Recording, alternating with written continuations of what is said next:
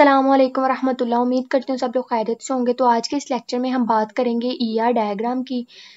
Last lecture में हमने बहुत डिटेल से ईआर डायग्राम को थ्योरेटिकली देखा था, जिसमें हमारे पास एंटिटीज थे, एंटिटी सेट था, एट्रीब्यूट्स थे, रिलेशनशिप्स थे और कार्डिनलिटी थी। ठीक है, आज के इस लेक्चर में हम ईआर डायग्राम को किस तरह से ड्रा कर सकते हैं वो देखेंगे।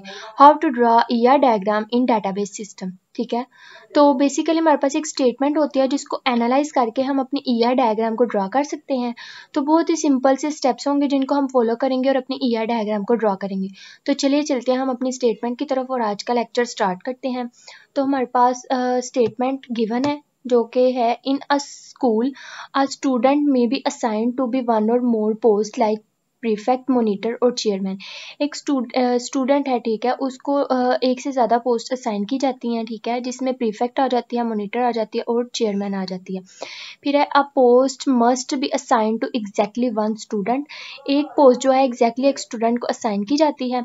अ student is identified with student ID, name, address and date of birth. एक स्टूडेंट को आइडेंटिफाई करने की बात करें तो उसको हम उसके स्टूडेंट आईडी से, उसके नेम से, एड्रेस से और डेट ऑफ बर्थ से आइडेंटिफाई कर सकते हैं। फिर हमारे पास पोस्ट की आइडेंटिफिकेशन आ जाती है। पोस्ट को हम आइडेंटिफाई कर सकते हैं पोस्ट आईडी से और उसके नेम से। Draw ER diagram to represent relationship between student and post with cardinality. Basically इस स्टेटमेंट को, इस सिचुएशन को एनालाइज करने के बाद हमारे पास जो टास्क गिवन है, जो टास्क हमने परफॉर्म करना है वो ये है, हमने ईआर डायग्राम को ड्रा करना है और रिलेशनशिप शो करना है स्टूडेंट और पोस्ट के दरमियान। ठीक है, तो इसके लिए हमारे पास कुछ गाइडलाइंस आ जाते हैं, जिन गाइडलाइंस को फॉलो करके हम अपनी ईआर डायग्राम को ड्रा करेंगे। तो वो गाइडलाइंस हमारे पास सबसे पहले आ जाती है रीड केयरफुली।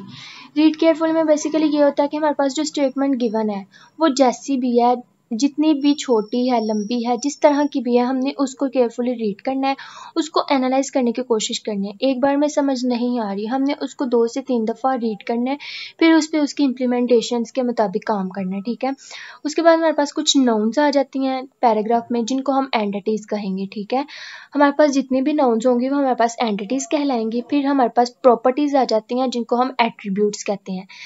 ठीक है, फिर हमारे पास कुछ वर्ब्स आ जाते हैं जिनको हम रिलेशनशिप्स कहेंगे।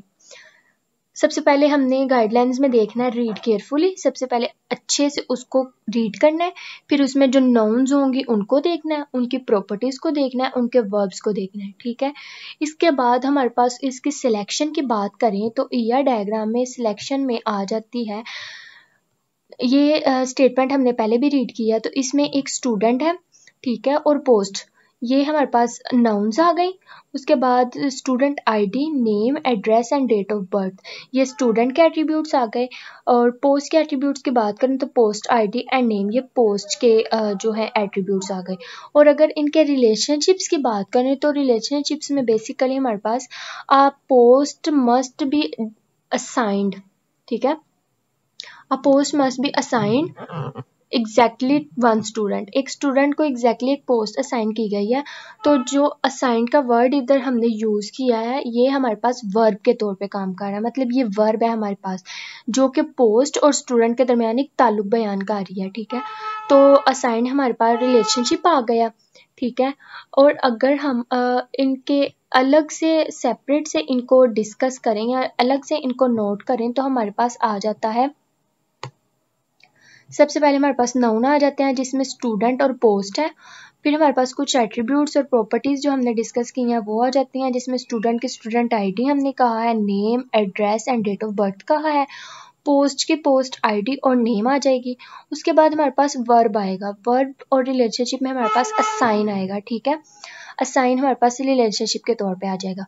उसके बाद देखें हमने जो है अपनी स्टेटमेंट को एनालाइज कर लिया, हमने गाइडलाइंस जो देखे उनको भी फॉलो कर लिया, हमने इनको नोट भी कर लिया। ठीक है, ये हमने सारी नोट डाउन कर ली। अब हमने इम्प्लीमेंट करना है इन सब को और ड्रा करनी है ईआर डायग्राम, जो हमारा मेजर टास्क है।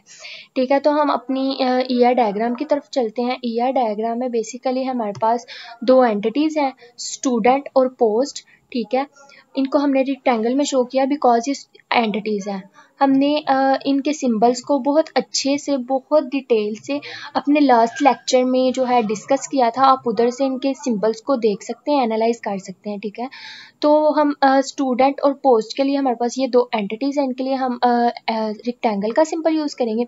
उसके बाद हमारे पास कुछ एट्रीब्यूट्स आ जाते हैं। एट्रीब्यूट्स में अगर हम स्टूडेंट के एट्रीब्यूट्स की बात करें तो हमारे पास student ID, name, date of birth और एड्रेस, ये स्टूडेंट के एट्रीब्यूट्स आ गए। और अगर पोस्ट के एट्रीब्यूट्स की बात करें तो पोस्ट के एट्रीब्यूट्स में हमारे पास दो एट्रीब्यूट्स थे, जिसमें पोस्ट आईडी था और नेम था। ये दो एट्रीब्यूट्स पोस्ट के थे, ठीक है। और अगर अब हम इनके रिलेशनशिप की बात करें तो रिलेशनशिप इनके दरमियान हम शो करेंगे असाइन से। ये डायमंड की शेप में हमने शो किया क्योंकि रिलेशनशिप को हम डायमंड के तौर पे ही शो करते हैं, ठीक है। रिलेशनशिप के लिए जो सिंबल यूज होता है उसको डायमंड कहते हैं, ठीक है। तो ये हमने डायमंड में असाइन ले लिया। स्टूडेंट है, उसका रिलेशन है, असाइन किया है, पोस्ट उसको असाइन की गई है, ठीक है। ये दो एंटिटीज का रिलेशन बन गया। अब अगर हम इसमें कार्डिनैलिटी की बात करें तो कार्डिनैलिटी बेसिकली हम उनके रिलेशन को भी कहते हैं, ठीक है। तो इसमें एक स्टूडेंट को मैनी पोस्ट असाइन की गई हैं, तो स्टूडेंट के लिए सिंगल लाइन असाइन की जाएगी और पोस्ट के लिए जो है ये क्रॉस सिंबल यूज किया जाएगा, जिसको हम मैनी भी कहते हैं, ठीक है। तो कार्डिनैलिटी इनमें 1 to मैनी हो गई। और अगर मोडेलिटी की बात करें तो मोडेलिटी जो है हमारे पास, अगर स्टूडेंट होगा तो हमारे पास पोस्ट होगी, तो उसको हम ये दो सिंगल लाइन से असाइन करेंगे, ठीक है। तो ये थी हमारे पास आज की जो है ER डायग्राम, जो कि हमने बहुत आसानी से और बहुत अच्छे अंदाज और आसान अंदाज में जो है डिस्कस की और समझी, ठीक है। तो जी ये थी आज के हमारे डायग्राम। उम्मीद करती हूँ आप लोगों को समझ आई होगी। दुआओं में याद रखिएगा। फ़ी अमानिल्लाह।